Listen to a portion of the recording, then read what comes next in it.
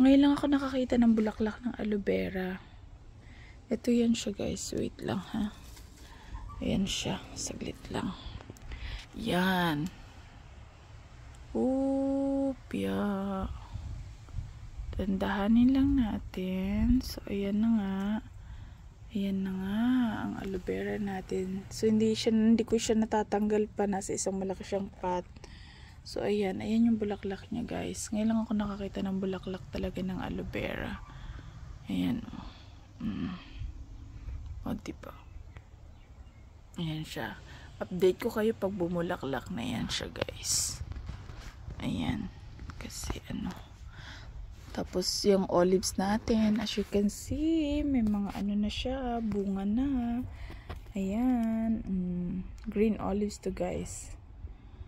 Yan. So, ito sure na to. Bunga na talaga yan siya. Oh.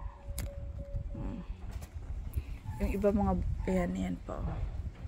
So, may bunga din yung olives natin.